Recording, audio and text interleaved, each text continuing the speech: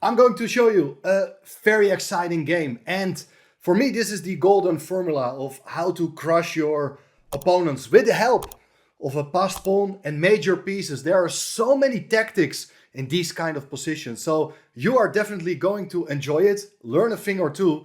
And if you subscribe to this channel, you'll definitely get more of these golden formulas to see. It's a game I'm going to show you between Maxim Chigaev from Russia, nowadays representing Spain, playing with the white pieces against Jules Mouusard. And it was played in the Spanish team championship. It's a quiet opening, but stay here. It's not going to take very long. Watch till the very end as you get to see some fantastic tactical ideas in this game. So it starts with the move 1c4, the English opening, knight f6, g3.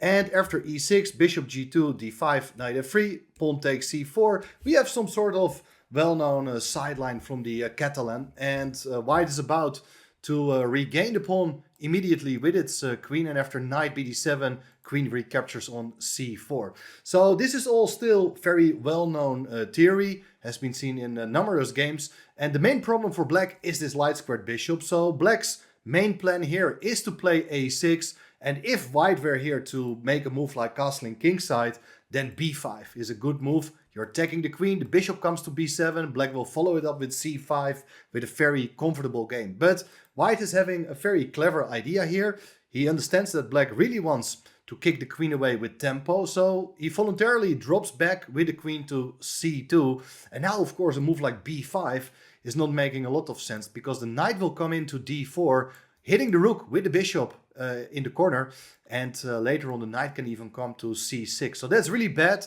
Black has to adjust its plans, play therefore the move c5 first, knight c3, and now the queen comes to c7. This is all pretty standard. The idea is now to follow it up with a very quick b7, b5, and after that the bishop can come to b7. So white opens the center with a move d4, so that after b5 the bishop comes out to f4 to hit the queen with tempo. Looks like white is having a small lead in development, getting all these tempos with the bishop. Things are not that simple because black is going to move the queen away to b6. The queen is absolutely safe. Knight e5, opening the diagonal for the bishop to hit the rook on a8. But black now is just in time to offer the exchange of bishops. By playing the move bishop b7, black is about to complete its development on the queen side. Knight takes d7 is played, attacking the queen, so black just recaptures with a knight. And of course, if you would take on c5, attacking the queen, bishop takes c5, there are no problems here whatsoever. Both sides are likely going to castle with a very even position. But the most ambitious move here for white is to play the move d5. It's a move I quite like a lot, because the idea is to trade off the d-pawn for the e-pawn so that you can install your knight on d5, and later on you can put a rook on the d-file, you can castle. There's an imbalance. Black has an extra pawn on the c-file, but white has an extra pawn in the center, and all its pieces are somewhat more centrally placed. So therefore black needs to act very precisely now. And here Mouusard comes up with the first new move. In an earlier game the move e5 was played, but then the pawn on d5 just stays alive, and it's a passed pawn. It's maybe not much, but a passed pawn is better than just a random pawn. So therefore black deviates with knight f6, attacking the pawn on d5, and of course the pawn cannot move because the bishop on g2 is hanging. So white plays e4, supporting the pawn on d5 one more time, and well, you may take on d5 now, but after knight takes, let's say bishop takes, pawn takes, pawn is still quite strong, and black still needs one or two moves to get its king into safety. White seems to be better here. So Mouusard plays very precisely, played here the move c4. It's a typical move, so that after castling you can actively develop your bishop to c5. That's a nice place for the bishop to go to. And okay, white has a passed pawn on the d-file, black has a majority on the queen side. And that pawn on c4 in particular is kind of annoying. So white played here b3. That's a reasonable move, and black needs to think whether he really wants to trade it off or not. So he decided to take on b3 right away, aiming for simplifications. I should point out that the Silicon Monster is quite a fan of a move like bishop d4, so that after b takes c4, you're not going to take back, but you play rook c8, intending to recapture with a rook and put pressure against that knight on c3. Together with the rook and bishop, black is absolutely fine here. But c takes b3 was played, queen takes b3, and now at least white has a bit more space now for its pieces on the queen side. Queen is doing fine here, black castled. White plays the move a4, trying to get rid of that annoying pawn on b5. Black decided to take. Knight takes d5, knight takes d5, e takes d5. So pieces are swapped here. And look at this pawn on d5. It's now officially a passed pawn. It can no longer be stopped by any of black's pawns. But the question is, can it really come forward? Or is black able to neutralize it in time? Well, there are a couple of options here. I should point out that black cannot initiate further exchanges here with the move b takes a4, because after the exchange of queens, the rook will come to the b file and these bishops are on the same file. That means white is winning material. So that's a problem. Black cannot really do that. Black went for the move rook a c8. Now after a takes b5, black is for a choice. Is he going to recapture with a pawn or with the queen? Well, if you take back with the queen, queens can come off the board, and after rook fd1 it will be easier for white to advance the pawn, because the queen, the black queen, was considered to be a good defender of the d6 square, but it's no longer there. So instead of trading queens, a takes b5 was played right away. And honestly, black seems to be quite in a reasonable shape here, because at least for the moment the d6 square is well covered by the black pieces. That's a very important aspect for evaluations of these sort of positions. If the weaker side is able to control that square, the d pawn is not dangerous. If white would control that square with more pieces, it will be much easier to advance the pawn, and the further the pawn will get, the more the black rooks will be restricted. But white's task here is to try to get rid of the main defenders of that d6 square. So therefore the move bishop e3 is played. That's a very instructive move, because let's say if black would cooperate here by trading off first the bishops and then the queen, it's probably still okay for black, but definitely it's a passed pawn, and the combination of rooks and passed pawn will definitely give white something to play for. You can always support the pawn on d5 with the other pawn. I think white is making a bit of progress here. So what should black do instead? I think a move like rook fd8 seems very reliable. It's the move I would have played here for sure. Instead, Mouusard played the move rook fe8, and that puts more pressure on the bishop on e3, asking white what it's going to do with the bishop, but black will definitely trade off these bishops here. So bishop takes c5. If you take back with the queen, then the rook will come into a5, and black has a problem how to defend the pawn on b5. So you have to take back instead with your rook.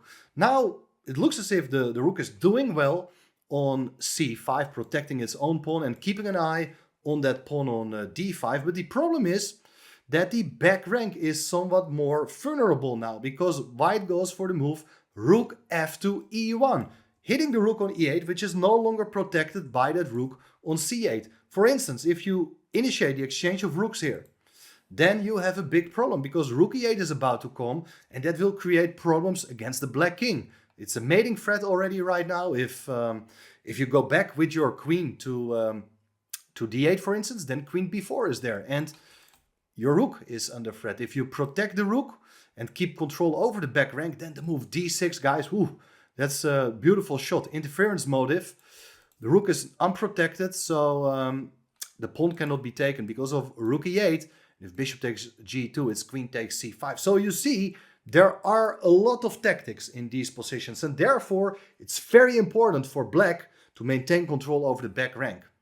The best move here is rook f8. It's a very passive move, but at least your king will be definitely safe. Instead, black decided to drop back with the rook from c5 to c8. And it still seems like everything is under control here. But I believe that Mouusard overlooked the next move by white, as there is this beautiful shot to play the move d5, d6. The queen was controlling that square still, but the problem is that if you take the pawn, the bishop on b7 is now hanging. So let's take it back by advancing the pawn. The bishop on b7 is also under threat. And well, you got to deal with a number of problems here. Especially now, white is about to play the move d7, hitting both the rooks on c8 and e8. If you play rook ed8 to anticipate that threat, well, there is rook e7 with a deadly threat of taking on f7 with the queen, with check, and also the bishop on b7 is attacked by the rook as well. So this is completely game over. The alternative is to go with your rook to f8 to protect that pawn on f7. But now anyway, you take on b7, queen takes back, rook e7, that's a nice tempo, hitting the queen.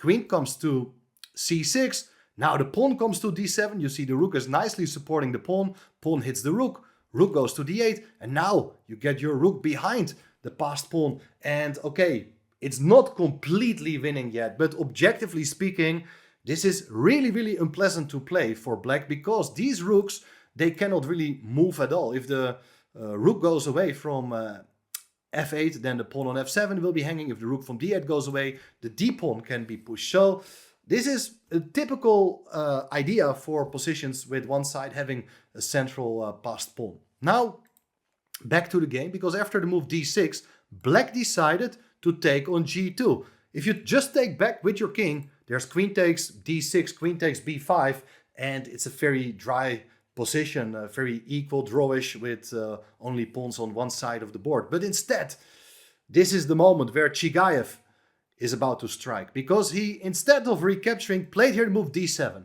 hitting both these rooks, and black is in deep trouble. Now, both rooks are hanging. I will show you what happened in the game very soon, but let's have a look at this line. If you just take on e1 with check, then the rook recaptures. Then black has solved one problem, but the other problem is that the rook on c8 is still hanging.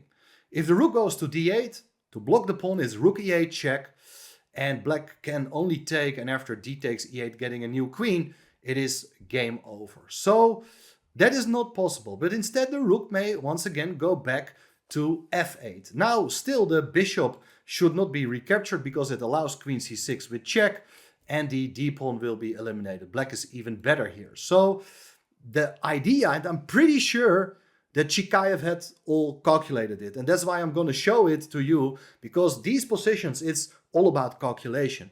There's this move rook e8. Very, very nice move, with the idea that if you take, there is d takes e8 and white gets a new queen with checkmate. So black need to find an alternative. There are a couple of interesting ideas. First of all, if you play here the move queen d6 to gain control over this square d8, as well as the f8 square, well, the nice move here, the rook takes f8. If you take back with the queen, it's king takes g2, and now the d-pawn is too strong. White is going to take on b5, and very soon the queen will also support the advance of the d-pawn. Instead, if you take with the king, it looks as if that now, if you take on g2, there's queen takes d7. But the key idea is to play the move queen b4, guys. Queen sacrifice, with the idea to deflect the queen, the black queen, from controlling that promotion square. It's a pin, so the queen can't go away, can't take the pawn, it's not allowed. Queen takes b4, runs into d8 queen, and that is game over. If you play king e7, well, then there is just queen takes d6, king takes d6, and now white gets a new queen. So that is game over. So one other line showing that queen d6 is not a possibility. There is bishop c6 back, and the bishop will try to defend the e8 square. That's an interesting idea, but now the big move is rook takes f8, king takes f8, queen b4 check, your piece down. But after king g8, the queen comes in to d6, threatening to promote the d-pawn. Queen should block. I mean, you cannot eliminate the pawn on d7 because the queen on b6 is hanging. So queen d8, queen takes c6, threatening queen c8. And once again, this d-pawn is very important to remove the only defender left by black. If king f8, intending to come with the king to e7 and wrap up the pawn, you go for the move queen c5, and after king g8, king has to go back. It's queen c8 and white is winning the game. So many tactics with an even amount of material, but that passed pawn makes the big difference. Let's get back to the game. After the move d7, black, instead of taking the rook on e1, went for the move bishop c6. And now, of course, white can already take on e8. If you do recapture, you take with the pawn, bishop takes e8. This should be technically winning for white with an extra exchange. And the attack is probably still going on. But the big moment here is you don't have to take on e8. There's a much nicer move, and it was found by Chigaev. And it's all about these rooks, which are supporting each other. And the d-pawn, it's the hero of the board. Now, this time, white to play went for rook e7, and it's absolutely game over. White places the rook on the 7th rank, where it can be taken, but after rook takes e7, well, there is d takes c8, and white gets a new queen. It's game over. The point is that if you go rook e8, from material point of view, things are just really bad. Of course, the easiest way to continue here is rook a8. It's a very spectacular move, with the point that if you take the queen, it's rook takes c8, and once again it's back rank mate. Only black can block with the queen and bishop, but these pieces will be taken. If you take with the bishop on a8, then the bishop no longer protects the rook, and white wins as well. Let's go back to rook e7, because rook e7 is not only a very elegant and spectacular move, it also has a clear purpose of attacking the pawn on f7. So if you take the pawn on d7 with your bishop, there is queen takes f7, and after king h8, it's queen takes g7 with checkmate. So that is beautiful. The alternative is to play here a move like rook to f8 to protect the pawn on f7, but the rook is overloaded. You can just take on c8, and now if the rook takes back, there is queen takes f7, and white is winning once again. So, of course, this was all seen by both players, and black had seen enough. He resigned after this move, rook e7. Did you like this video? Make sure to give it a like, subscribe to the channel, because I think these kind of games, they give you more insights on how to play with a passed pawn. There are so many hidden tactical resources. You don't see it when you just click through the game, but when you analyze it like this, we do now, I think you will definitely benefit from it. So thanks for watching, and see you soon back again. Bye bye.